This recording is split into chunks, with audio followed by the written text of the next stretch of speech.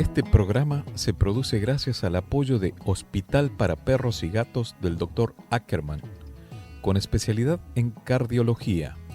Su Facebook es Hospital para Perros y Gatos. Su teléfono 52-664-683-7932. Taquería y restaurante Hipódromo. Con más de 50 años sirviendo los mejores tacos y platillos en la zona de Tijuana, San Diego. Están en Avenida Hipódromo 14. Su Facebook es Taquería Hipódromo y su teléfono 52-664-686-5275. Agradecemos el apoyo de Do It Business Center, con soluciones a la medida para hacer crecer tu negocio en el corazón de Zona Río Tijuana. Renta tu espacio para oficina o empresa en Do It Business Center. Agenda una cita en doitbc.com. Para saber en todo momento dónde está tu vehículo, Cook Track. Cook Track, localización vehicular. Ubica, controla y optimiza. cooktrack.com. Teléfono 663-202-0846. cooktrack.com. Quisiera ser más bueno, pero a veces no me escucho tener lo que merezco, ni poco ni mucho. Quisiera regalarte la sonrisa que me falta, aunque hable tanto y tenga poca palabra. Me dijes aplicado y Esta semana conversaba con un amigo mío en Mendoza. Él está en la zona de Tupungato, al pie de la cordillera, en esa zona tan linda de la provincia. Es Diego de Jesús. Diego es sacerdote, escritor, artista. Es un pensador total. Le contaba de la invitada que tenemos hoy desde España y de los trabajos que ha realizado, dentro de los cuales se encuentra su libro La Revolución Emocional. Una cosa fue llevando a la otra y llegamos a esta necesidad que tenemos todos de recuperar la capacidad de asombro, que pareciera haber desaparecido en un mundo que vamos a 300 km/h todo el tiempo. En lo personal, me es difícil de creer que luego de esta larga cuarentena que vivió el mundo y ver lo frágil que somos, nos cueste comprender algunas cosas de la vida ordinaria y cotidiana. Pero algo me llamó la atención de lo que dijo Diego, y me dijo: Gustavo, en esta capacidad de asombro, más que emoción, y lo que muchas veces parece muy romantizado, lo que tenemos que rescatar es la capacidad de conmoción, como una pasión un poco más profunda y estable que no se encuentra tan atada al lagrimón emotivo por escuchar la música en alguna película que te guste. Dicen los griegos antiguos, el asombro mueve y conmueve, y eso debemos buscar, una conmoción desde las raíces del ser, de la profundidad de la experiencia humana. Luego seguimos hablando de una cosa a la otra, y le digo, me hiciste recordar a una parte del libro La Revolución Emocional, en donde dice, el futuro es de los sensibles. En el episodio de hoy tenemos de invitada a una mujer encantadora, con una calmada y simulada sabiduría en la sencillez de su persona. Ella es Inma Puig, psicóloga clínica, consultora empresarial. Desde el año 2003 al 2018 fue psicóloga del Fútbol Club Barcelona, actuando en los equipos de fútbol y básquet en todos los niveles de la competición. Uno de los emblemas del club, el jugador Andrés Iniesta, habla de Inma en su libro y en su película documental, para dar idea en la trascendencia del trabajo que ha realizado. También ha trabajado con pilotos españoles de Fórmula 1, de la MotoGP, además de jugadores y jugadoras en el circuito profesional ATP y WTA. Actualmente forma parte del equipo de trabajo del restaurante Celler de Can Roca, con estrellas Michelin, siempre considerado dentro de los mejores restaurantes del mundo. Autora de Retratos de Familia, lo que quiso saber y no se atrevió a preguntar sobre la empresa familiar. La Revolución Emocional, todos necesitamos lo mismo para sentirnos bien, y Tras las Viñas, un viaje al alma de los vinos. Hola, ¿cómo estás? Mi nombre es Gustavo Torres y estoy transmitiendo desde la ciudad de Tijuana para el sur de California, lo que es el condado de San Diego y el noroeste de México. En Argentina, en la zona norte metropolitana de Buenos Aires, salimos por FM Signos 92.5 y en las ciudades de Trenel y General Pico, en la provincia de La Pampa, por FM La Voz 96.5. En mis redes sociales me podés encontrar como Gustavo Torres Podcast, al igual que Spotify, Google Podcast, Amazon Music y todas las redes sociales. Le doy la bienvenida a la señora Inma Puig desde España.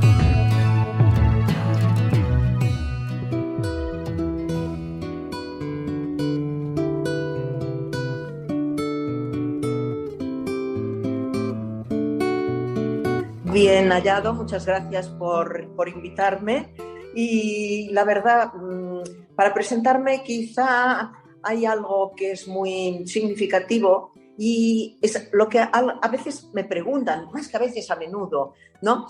Me dicen, fíjate en cuántos campos tan diferentes trabajas en tu consulta privada, como asesora de empresas familiares, de empresas multinacionales, en el clubes de fútbol, en el mundo de la restauración, con diversos restaurantes.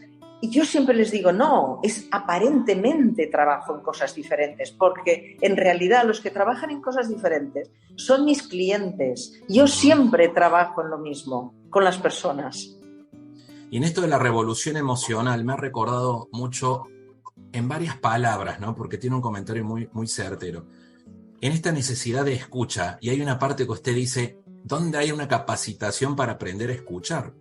Y esto que nos ayuda a ser empáticos en este mundo que tanto lo necesita, ¿no? Y otro tema muy importante es, y que lo comenta en su página, la tecnología, cómo ha ido avanzando y cómo nos prepara los nuevos niños, jóvenes, nativos digitales que han ido naciendo. Para comenzar, ¿qué nos pudiera comentar en esto de la revolución emocional y el trabajar con personas en un ambiente tan diverso y con un escenario tan cambiante en la tecnología? Fíjate que La revolución emocional es un libro que he escrito porque me lo pedían al finalizar mis conferencias, mis charlas, mis formaciones en empresa o con los alumnos en la universidad, ¿no? Me decían, todo esto que nos ha explicado, ¿dónde lo tiene escrito? Yo no lo tengo escrito, no lo tenía escrito en ningún lugar. Y al principio me decían, qué lástima. Luego me decían, bueno, debería escribirlo. Y luego ya casi me regañaban. ¿Cómo que no tiene esto escrito? Y pensé, bueno, para que no me regañen más, voy a escribir un libro en el que podamos aprender de alguna manera todo lo que nos debieran de haber enseñado en la escuela sobre nuestras emociones y nuestros sentimientos y no nos han enseñado. Porque es lo básico que tenemos, es lo que nos ayuda a relacionarnos con las personas. Y en este sentido, pues ahí puse mi experiencia de 40 años trabajando con personas y con equipos de personas. Uh-huh. y hablamos pues principalmente de todo lo que no se ve. Porque lo que se ve está al alcance de todo el mundo, pero lo que no se ve es lo que marca la diferencia, por ejemplo, en que un equipo de trabajo tenga los resultados que busca o no los tenga. Todo lo que no se ve, y hablamos de, como bien señalabas, de la escucha. Uh-huh. No sabemos escuchar, no nos han enseñado a escuchar. Y llama la atención la cantidad de cursos que hay para aprender a hablar en público, hablar para los negocios, hablar para vender, hablar para seducir, hablar y hablar. Pero yo que sepa, si hay alguien que nos está escuchando y si tiene conocimiento de que existen cursos para aprender a escuchar, que nos lo comparta, por favor. Porque yo no sé de ningún curso que nos enseñe a escuchar, cuando en la vida es mucho más importante para uno mismo y para los demás aprender a escuchar que aprender a hablar. Es mucho mejor saber escuchar que saber hablar. Porque además la naturaleza, que es muy sabia, nos ha dotado de 2 oídos y una boca. Es porque si queremos entender al otro hemos de escuchar el doble de lo que hablamos. Y ya que estamos con los 2 oídos, con uno hemos de escuchar lo que nos dicen y con el otro lo que no nos dicen, que a veces es más importante que lo que nos dicen. Le escuché que usted comenta algo, el futuro es de los sensibles, que por ahí vivimos en un mundo tan rápido y tan veloz que nos olvidamos de la sensibilización en todo esto. Pues en verdad, y esto lo hemos vivido todos, el pasado ha sido de los fuertes físicamente. Ahora hay tal cantidad de máquinas, de artilugios que nos ayudan con la fuerza, que la fuerza no es necesaria. Y de la misma manera que el pasado ha sido de los fuertes, el futuro es de los sensibles. La sensibilidad que tanto escondemos, la sensibilidad que la hemos estado viviendo como vulnerabilidad. Y no es así, porque solo el sensible es el que es capaz de respetar, de escuchar, de reconocer, de poner límites. Y lo que viene a partir de ahora, el futuro es sensible. El futuro no es lo que yo haré mañana, aunque sea lo mismo que hago hoy.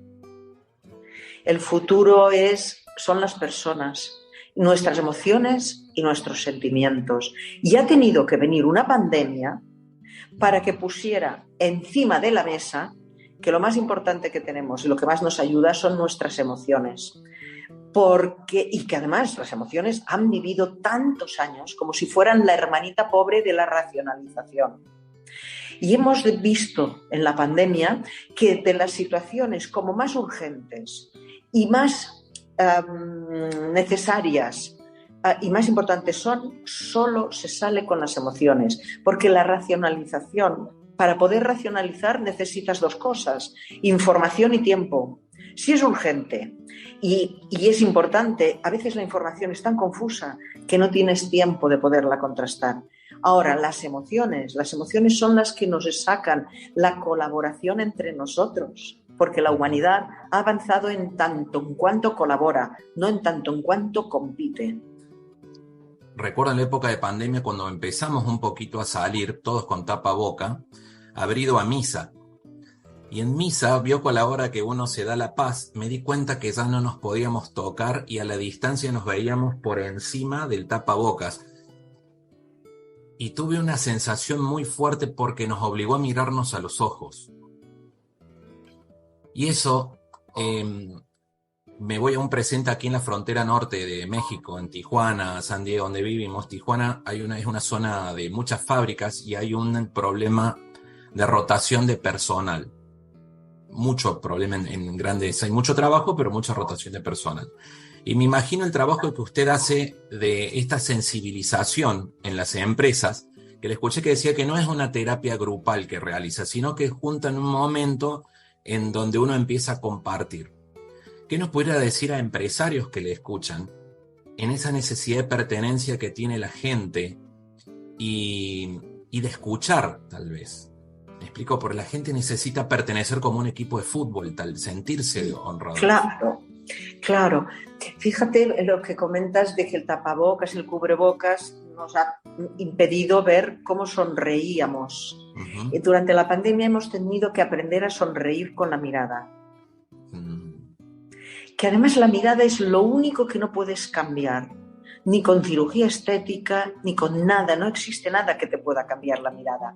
Y la mirada es decisiva en las relaciones entre las personas. Hay un hecho muy interesante que demuestra que en función de cómo nos miran, nosotros nos comportamos. Es decir, si a ti te miran con mirada de creo en ti, continúa, confías igual y aprenderás, en un momento u otro ya te va a salir, venga, ánimo, a mí también me sucedía, sigue, por agradecimiento das todo lo que puedes de ti. Pero si alguien te mira con mirada de eres un inútil, no vas a aprender jamás, te has vuelto a equivocar, déjalo ya, incluso aunque sepamos hacerlo, a medida que nos van diciendo estas cosas y que la mirada del otro nos transmite esto, cada vez tenemos menos ganas de hacerlo, lo vamos a hacer peor y casi desearemos ponernos enfermos para no tener lo que hacer. Esto es la importancia de la mirada. En realidad, si alguien te mira con cara de asco y te dice que le gustas mucho, tú, ¿a quién haces caso? ¿A las palabras o a la mirada? Entonces, cuando te refieres a estos grupos de trabajo con los que es el método que yo trabajo, ¿no? Es el método Balint, B-A-L-I-N-T. Es un método de trabajo grupal que se inició en la medicina por primera vez y que consiste en encontrar un espacio, un tiempo, que es 1 hora y media cada semana, y un interlocutor neutro para poder hablar de todas aquellas cosas que normalmente no hay ni espacio, ni tiempo, ni interlocutor. No es un grupo, no es una terapia de grupo, es un grupo de encuentro para escuchar y ser escuchado, para poder hablar sin juzgar, sin castigar, sin penalizar, sino para comprender, para compartir. Por esto, en el trabajo que estamos haciendo en el restaurante del Selle de Can Roca, allí usamos una terminología que tiene que ver con la cocina y decimos que destilamos las emociones y cocinamos a baja temperatura los sentimientos. Porque la destilación, el destilar consiste en extraer la esencia del producto y luego, mediante todo un sistema, obtener lo mejor de aquel producto, ¿no? Y el cocinar a baja temperatura consiste en, dado que cada producto tiene un tiempo de cocción óptimo para no perder las propiedades ni la textura, lo hacemos con las personas, porque cada persona tiene unas necesidades. En realidad todos necesitamos lo mismo para sentirnos bien, pero lo que es diferente es la dosis que necesitamos. Todos necesitamos que nos escuchen, que nos quieran, que nos reconozcan, y lo que es diferente es la dosis. Entonces, en este grupo de trabajo nos permitimos entender al otro, saber por qué en aquel momento te respondió de aquella manera o porque no entendemos las cosas muchas veces que hacen los demás. Y en lugar de preguntar, nos enfadamos. Y en lugar de escuchar, pues ya sabemos lo que nos va a decir.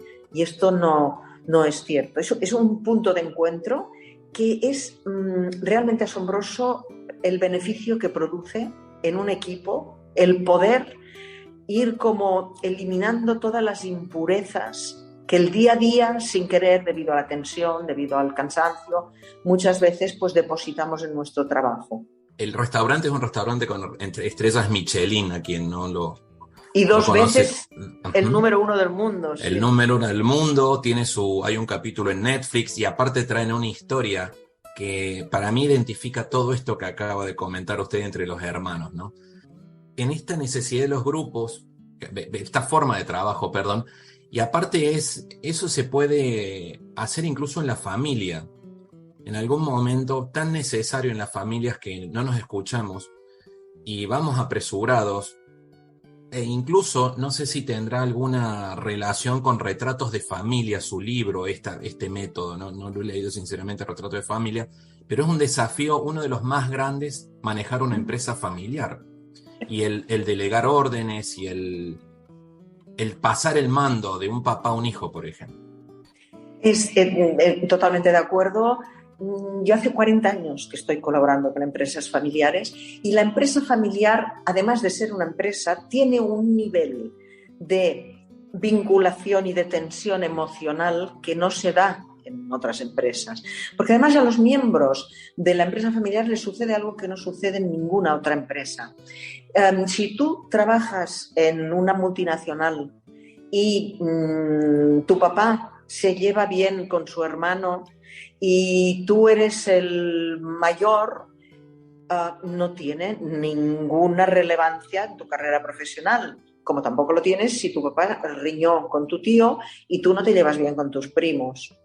Pero en la empresa familiar, si todo esto cuenta, porque en la empresa familiar todos los miembros tienen un pasado que muchas veces nos vuelve, es decir, a veces riñas de nuestros antepasados las vamos dando por herencia emocional y llega un momento que tú no te hablas con un tío ni con tus primos, no sabes bien por qué, pero se hizo siempre en casa y no vas a ser tú el que moleste a alguien de tu familia cercana por hablar con alguien que no te han dicho el por qué, pero están reñidos, ¿no? Entonces hay un nivel de tensión muy grande, hay rivalidades, por esto hay que hablar tanto, porque la rivalidad que se establece entre padre y hijo cuando han de hacer la sucesión, entre los hermanos, entre ellos, para ver cuál es el elegido para sucederle. Es decir, cuando mezclas sentimientos y dinero, ahí la cosa se nos complica. En la empresa multinacional, si uno trabaja, pues estás y tu jefe te desespera y no te gusta y tú te enfadas y llegas a casa y lo pones a bajar de un burro, bueno, pues luego uno se queda medio ancho y medio cómodo. Pero si el jefe es tu padre y tú has de llegar a casa y explicar que mira lo que me hace mi padre o mira lo que... Esto encima genera una culpa que es muy desgastante. Entran en juego mucho las lealtades y fidelidades, me imagino, ahí, ¿no? Como una parte sistémica. Y todo lo no dicho, el cáncer de la empresa familiar y de las familias es todo lo que no se habla. Todo lo que se habla, a veces hay llantos, hay portazos, hay disgustos, pero se puede hablar, con lo cual se puede solucionar. Pero todo lo que no se habla se enquista y se acaba pudriendo. Creo que es una transformación de generación en generación para que siga existiendo una empresa familiar. Tenemos Perdona, es que me gustaría hacer una distinción que pongo que está en el libro de Retratos de Familia, y a mí me gusta hacer la distinción de empresa familiar o familia empresaria. Uh-huh. Una empresa familiar es una familia que tiene una empresa, pero que lo primero es la empresa. Si hay algún familiar que van a poner en peligro la empresa, el familiar lo hacen desaparecer de la empresa. Una familia empresaria es una familia que tiene una empresa, pero si la empresa va a poner en peligro la unidad familiar, hace lo que sea y si es necesario se la vende para que esto no sea posible.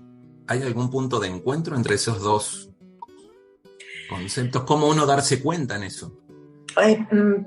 Trabajándolo, es decir, pudiéndolo compartir, porque hay una cosa muy curiosa que se da en la empresa familiar, que cuando una empresa familiar no funciona, se pone todo el mundo a revisar la legislación, el producto, el mercado, el desarrollo del proyecto, pero lo último que se mira y se analiza es la familia.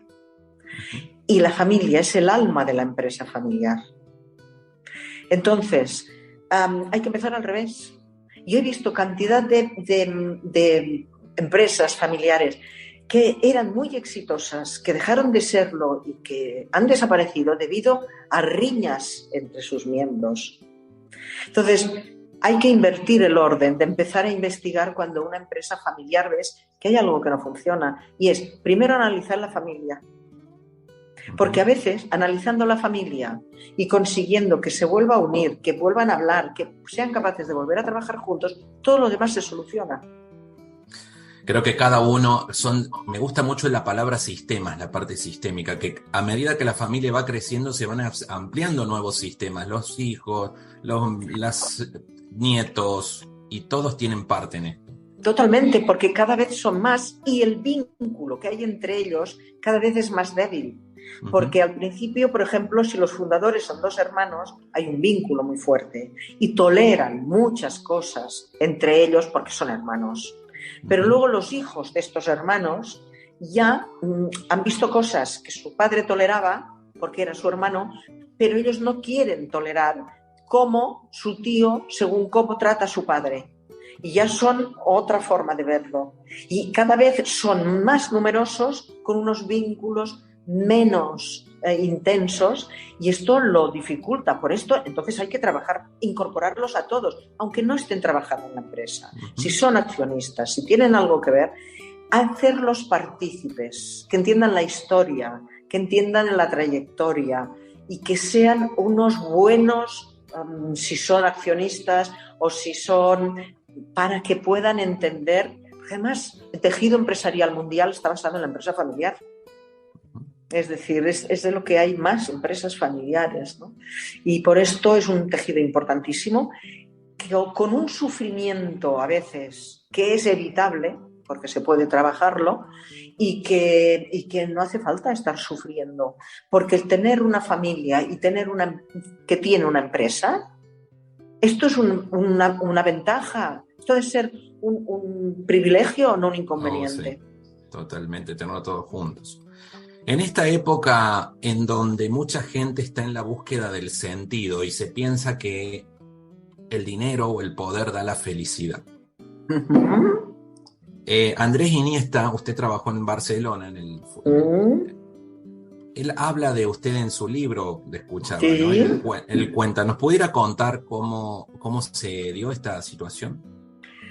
A ver, hay una situación que me lo impide, que es el secreto profesional y la verdad, francamente, no me siento cómoda hablándolo, pero él lo habla en su libro, porque hay algo a tener en cuenta en mi profesión. Los pacientes pueden hablar de su terapeuta, pero el terapeuta de los pacientes no. Uh-huh. En este caso, él lo explica en su libro, La jugada de mi vida, lo explica en su documental, tiene un documental sobre su vida en el que él también pues lo comparte, y entonces, bueno, esto es como que nos da un poco como más de apertura para que podamos comentar un poco algo, ¿no? Porque ya lo comentó él. Pero sí, fue un proceso que a él le sobrevino y que él quiso compartir de una forma absolutamente generosa y honesta en un capítulo de este libro suyo, La jugada de mi vida, que lo titula el capítulo Al borde del abismo. Él se sentía muy mal después de hacer el gol de Stamford Bridge, que fue decisivo para conseguir lo que se consiguió aquella temporada con el Fútbol Club Barcelona, y en el impasse hasta que consiguió el gol del Mundial. Es decir, era un momento delicado, y yo cuando le comenté, digo, ¿y cómo? Porque todo el mundo hasta el momento lo escondía. Es decir, ha habido, afortunadamente ahora cada vez hay más posibilidades de manifestar pues que a veces uno no está bien y no pasa nada. Uh-huh. De la misma manera que a veces te duele alguna muela y vas al dentista, pues cuando te duele el espíritu y el alma, pues te vas a un terapeuta. Tampoco es tan raro ni tan estridente, ¿no? Y es una pregunta que además me hacen a menudo no solo deportistas de élite a los que les sucede lo mismo, sino profesionales, empresarios, o músicos, cantantes de éxito, que les sucede y me dicen: Inma, ¿yo podré volver a jugar como antes, a cantar como antes, a competir como antes? Y yo siempre les digo: no, como antes no. Y se quedan como muy preocupados. Yo les digo: como antes no, mucho mejor. Porque el hecho de ponerse a trabajar y hacer un trabajo personal para lograr entender cómo he llegado hasta aquí y qué tengo que hacer para que no me vuelva a suceder es tan enriquecedor a nivel de conocimiento de uno mismo, que salen reforzados y son mucho mejores. Que fue el caso de Andrés, que luego hizo el gol con la selección.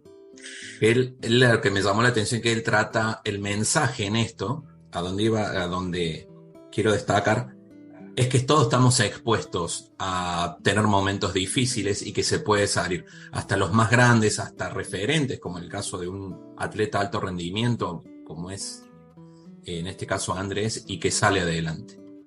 Sí, porque tenemos la idea de que cuando uno puede estar bajo de ánimo, tener una depresión o estar pues con melancolía y uno no sabe por qué, tenemos la idea de que si es alguien que tiene problemas de salud, problemas de trabajo, problemas de dinero, problemas familiares, que esté bajo, decaído y no esté bien, pues nos parece hasta lógico. Pero que alguien que aparentemente lo tiene todo y tiene todo lo que todo el mundo querría tener y se siente mal, esto es lo que más asusta a todo el mundo. Uh-huh. Porque entonces decimos: esto nos puede pasar a todos. Es decir, yo no contaba con esto que me iba a suceder.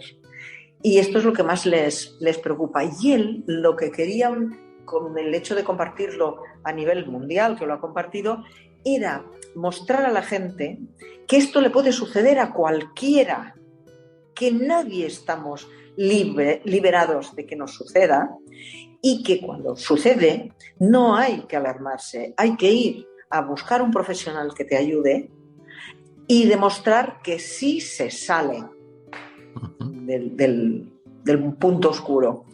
Le he escuchado y me he emocionado en varias partes que habla. Tengo una gran admiración por esa sensibilidad que tiene y en algún momento le escuché que hablaba de un jugador que no se adaptaba, que no estaba jugando bien y usted lo manda que le pregunte qué calcetines tenía puesto, ¿no? Y eso lo llevo con la gran necesidad que tenemos todos de ser escuchados. Perdona, y de preguntar, porque es como que nos hemos olvidado de preguntar. Si nos fijamos bien, casi todo lo que hemos aprendido en la vida lo hemos aprendido haciendo 3 cosas de niños, de chicos. Primero, observando. Cuando tú ves a un bebé que todavía no anda ni habla, está todo el día fijándose en todo, con una atención espectacular. Cuando tiene ya el habla, empieza a preguntar, ¿esto qué es? ¿Y esto qué es? ¿Y por qué haces esto? ¿Y para qué sirve? Y te lo vuelve a preguntar al día siguiente y te dice, sí, pero ayer lo hiciste de otra manera, ayer no pusiste esto aquí. Es decir, y luego escuchan cuando tú les contestas. Es decir, la base es observar, luego preguntar lo que nos sorprende o no conocemos y luego escuchar cuando nos están explicándolo. De adultos parece que se nos ha olvidado y parece que hemos dado como un giro y es como que se tiene la idea de que observar es demostrar que quieres copiar, el preguntar es mostrar tu ignorancia y el escuchar una pasividad. Y no es así, no es así. Es como una necesidad que cada uno aprendamos y encontremos nuestro lugar y ser vistos. Y recién decía que la identifico con me encanta cómo cuenta las historias, ¿no?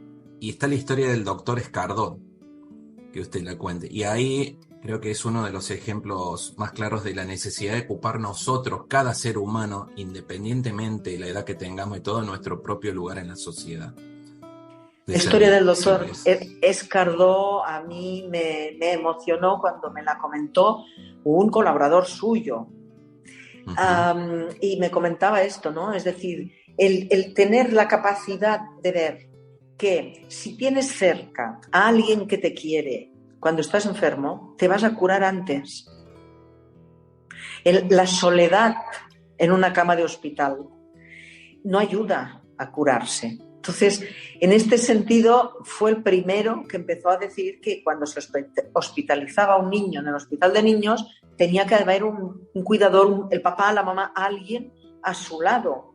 Pero sucedió algo que sucede en muchas instituciones y no nos damos cuenta. Y es que la propia institución es la que pone trabas a poder solucionar y a mejorar lo que está sucediendo. Es decir, en este caso, las trabas vinieron de los mismos médicos, de los mismos facultativos y de las mismas enfermeras que decían que si trabajaban delante del papá o la mamá de los niños se sentían incómodos. Y ya cuando esto se resolvió, el siguiente paso fue que como que las habitaciones, las salas donde estaban los niños no estaban dimensionadas en cuanto a los baños para que los adultos hicieran sus necesidades, que sanitariamente no era aconsejable porque siempre estaban sucios. El doctor Escardó lo solucionó y convocó a las mamás y les dijo, cuando ustedes vengan, tráiganse utensilios de limpieza, organícense en turnos y mantengan bien limpios los baños. Fíjate, es decir, el doctor Escardó estaba promoviendo algo que iba a favor de una institución y las resistencias aparecían en la propia institución. Yo esto lo he visto en cantidad de empresas también. Sin darse cuenta, hay como una manera de organizarse y de funcionar que es como que hay que proteger este sistema en lugar de dejarlo abierto y ponerse a pensar si hay alguno que sea mejor. Hoy tenemos algo muy importante que es la infancia, los niños, y esta necesidad de comunicarnos y de darles amor. Y hay una película que se llama Llenos de Gracia, que es un ejemplo también muy emocionante, que surge de uno de los capítulos de su libro, La historia de Baldo. ¿Nos la puede contar? Es una historia que a mí me encanta en lo personal. Es que es una historia de película, realmente, porque que yo nunca hubiera creído, porque cuando yo la descubrí jamás pensé que se iba a llevar al cine, y además con unos actores del nivel que se han llevado, como Carmen Machi, Paula Usero, Pablo Chiapella. La historia empieza un sábado por la tarde, cuando yo estoy sentada delante de mi televisor viendo un partido de fútbol, el Mallorca-Osasuna. En aquellos momentos un jugador marca un gol y se va corriendo como enloquecido delante de la cámara de la televisión, se levanta la camiseta y debajo llevaba otra blanca, escrita con rotulador grueso negro, que ponía "Gracias, hermana Marina". Yo me quedé pegada a esta imagen porque empecé a pensar quién debe ser, que para una celebración así tiene que tener un motivo muy poderoso. Y empecé a darle vueltas. ¿Será Marina una hermana suya? ¿Será una monja? ¿Será una religiosa? ¿Quién será? Y me puse a buscar al día siguiente por internet y localicé en un periódico de León, en España, una pequeña nota en la sección de deportes que ponía que Baldo López, natural de Villablino, León, había marcado unos goles en el partido contra el Mallorca y se los había dedicado, como siempre, a la hermana Marina de Cáritas. Yo dije, bueno, ya tengo un hilo de donde tirar. Yo peiné España diócesis a diócesis de Cáritas. 42 llamadas después localicé a la hermana Marina en Madrid. Y la llamé por teléfono, como que estaba llamando, y en todas partes me decían, no hay ninguna hermana Marina aquí, no. Y allí me dijeron sí. La llamé y le dije, hermana Marina, ¿puedo ir a Madrid a hablar con usted? Yo habitualmente vivo en Barcelona. ¿Puedo ir a Madrid a hablar con usted? Y muy perpleja me dijo, sí, pero ¿de qué quiere hablar usted? Y yo le dije, de fútbol. Un silencio en la línea. Y dice, a mí me gusta mucho el fútbol y hablar de fútbol, pero le advierto por su acento que yo soy del Real Madrid. Entonces, me pareció genial la respuesta. Digo, bueno, buscamos un día y una hora y yo me fui a Madrid a hablar con ella. Cuando llego, me dice, bueno, ¿y usted de fútbol de qué quiere hablar? Digo, de Baldo López. Y me dice, ¿lo conoce? Con una sonrisa de oreja a oreja. Digo, no, yo no, de nada, pero creo que usted sí. ¿Me quiere contar su historia, por favor? Y me cuenta que en una casa de acogida en Aravaca habían unos niños que, pues muy pequeñitos, sus papás en aquellos momentos no se podían hacer cargo o no tenían padres y los dejaron en aquella casa, que ella estaba al cargo de estos niños. Estaba muy preocupada porque estos niños no tenían ilusión por nada. Tenían una vida difícil, complicada. No querían aprender a leer y a escribir. Y ella descubrió un día que con un balón, todos corriendo, reían, se abrazaban cuando marcaban goles, les requisó el balón y les dijo, si ustedes quieren jugar cada día un ratito a fútbol, van a tener que aprender a leer y a escribir. Con lo cual, así empezó. Y ella empezó, bueno, la historia la hago corta, pero había entre estos niños un niño llamado Baldo López que destacaba por encima de todos.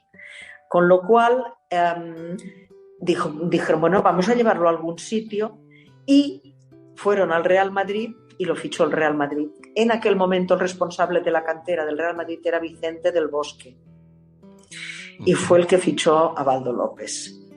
Baldo López ha jugado 20 años en Primera División y jugó primero en el Real Madrid, luego en el Osasuna de Pamplona, luego en el Levante, en el Málaga, en la India, en México y en Grecia.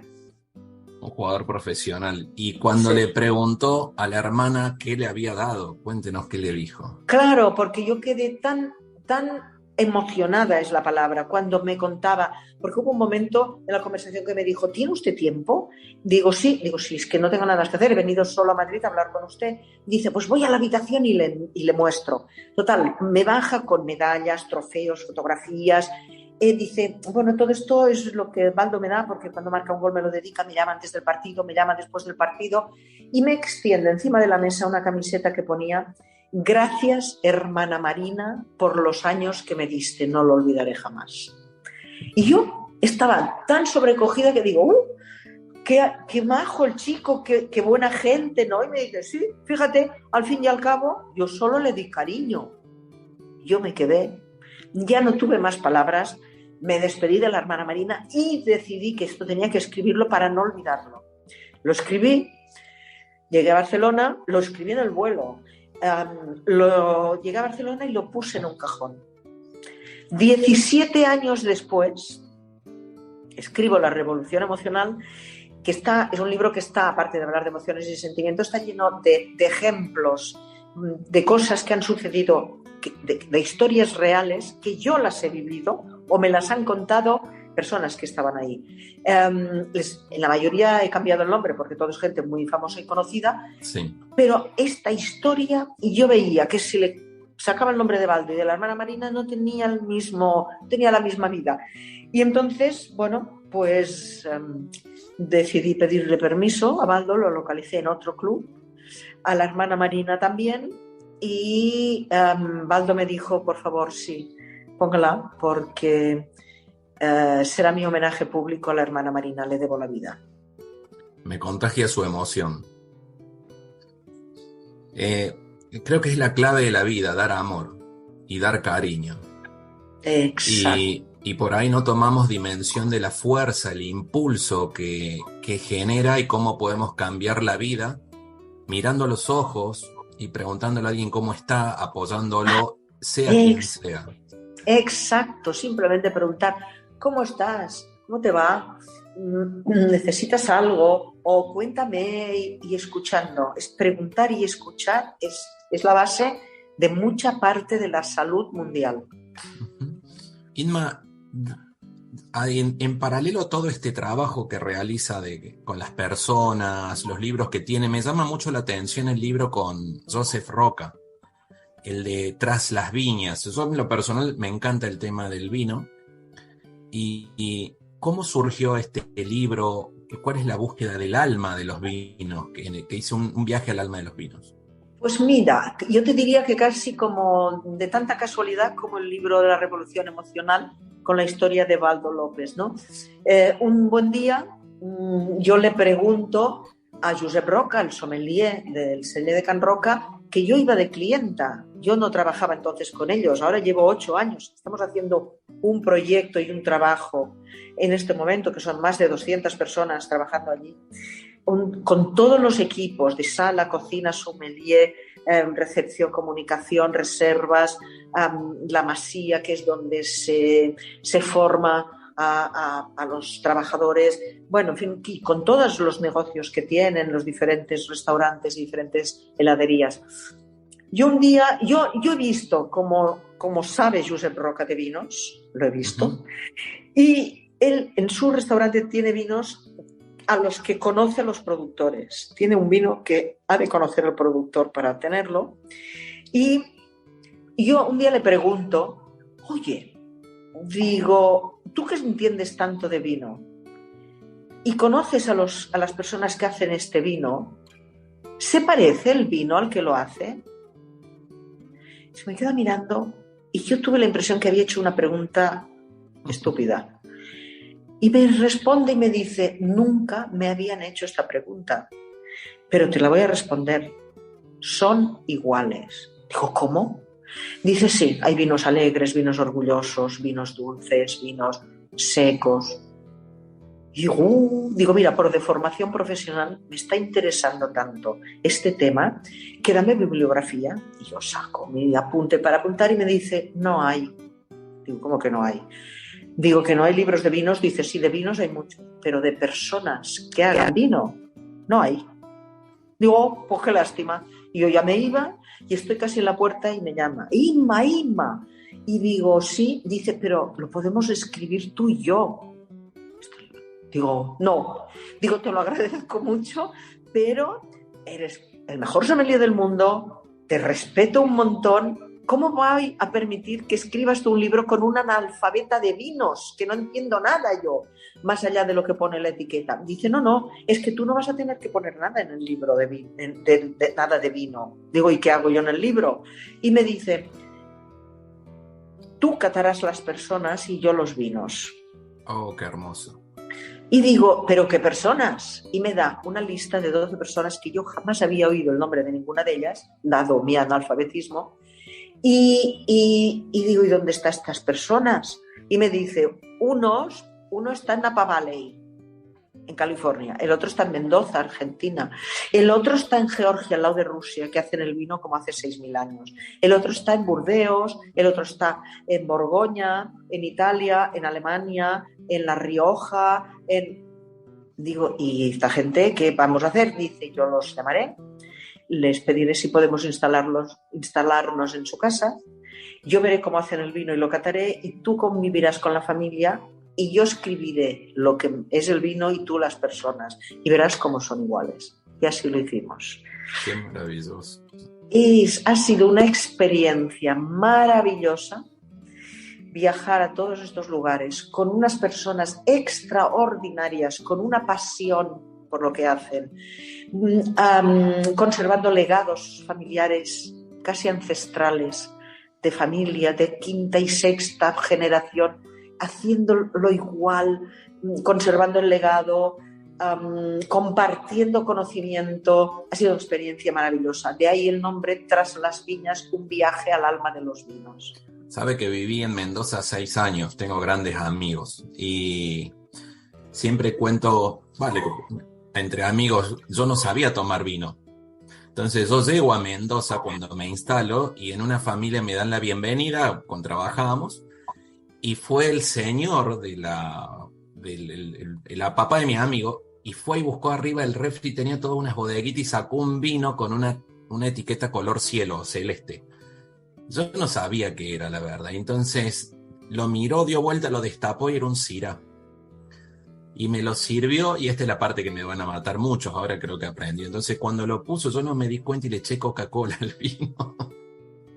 Sin hablar la marca, le eché soda, digamos. Y creo que nadie nos vamos a olvidar de eso, y me ha tocado aprender mucho allá. Veo esto que dice que es una pasión, es algo tan hermoso el tema del vino.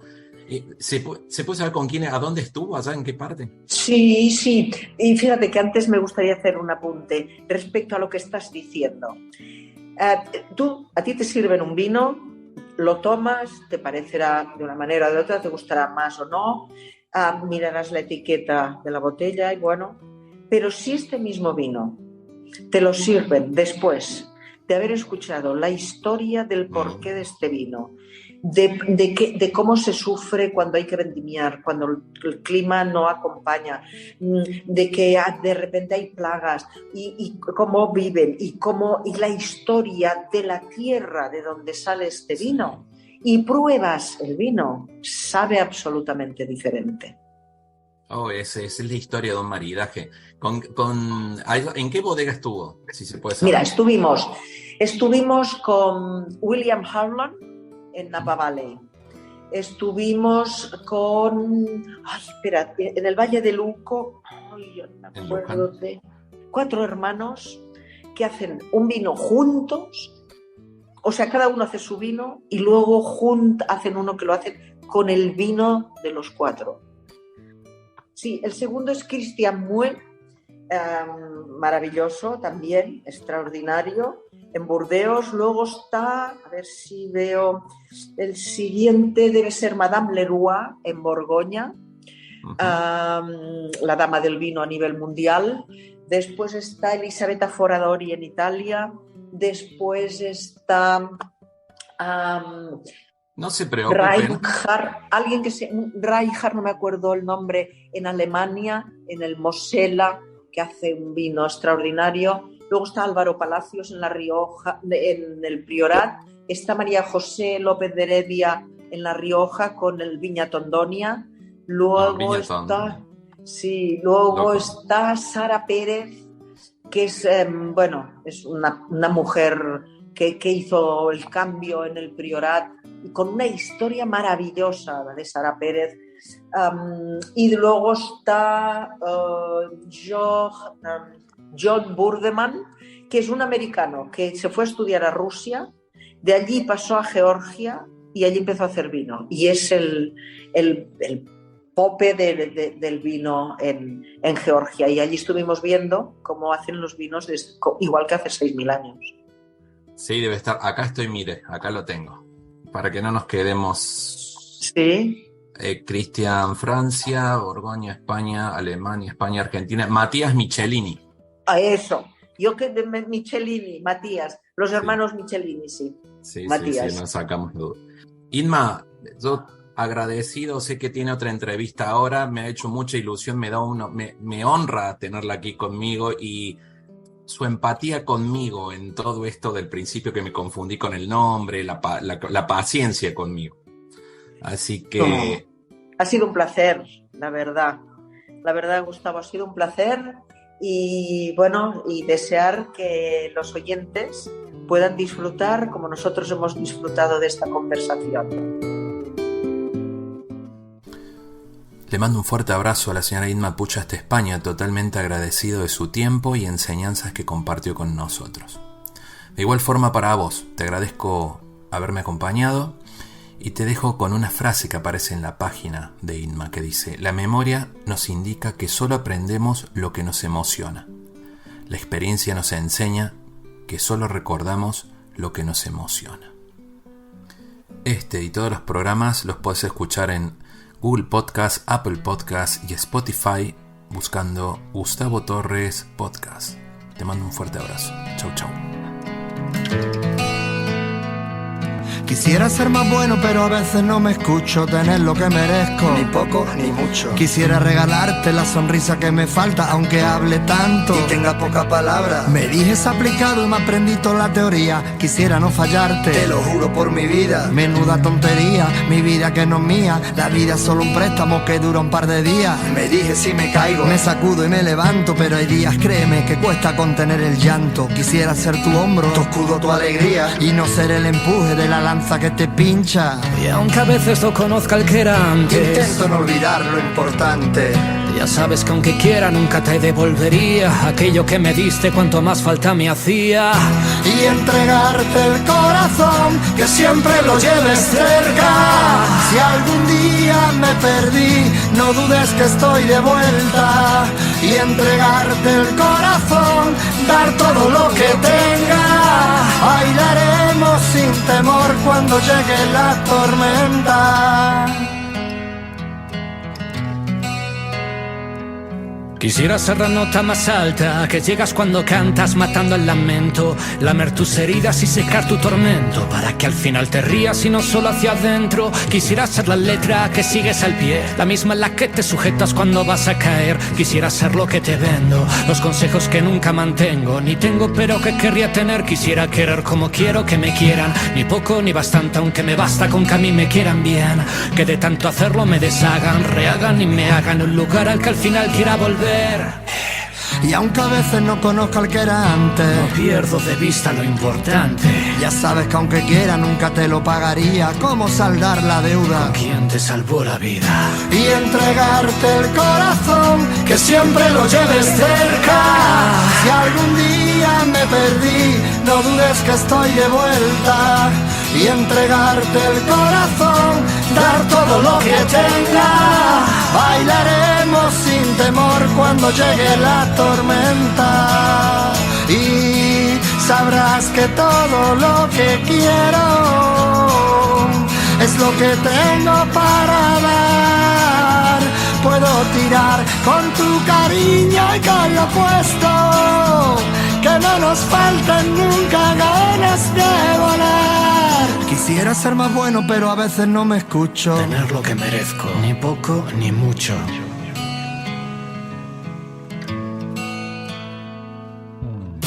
y entregarte el corazón, que siempre lo lleves cerca. Si algún día me perdí, no dudes que estoy de vuelta, y entregarte el corazón, dar todo lo que tenga. Bailaremos sin temor cuando llegue la tormenta, subiremos el telón, bailaremos sin pudor, quedará sin atención todo lo que nos molesta, y entregarte el corazón, que siempre lo lleves cerca.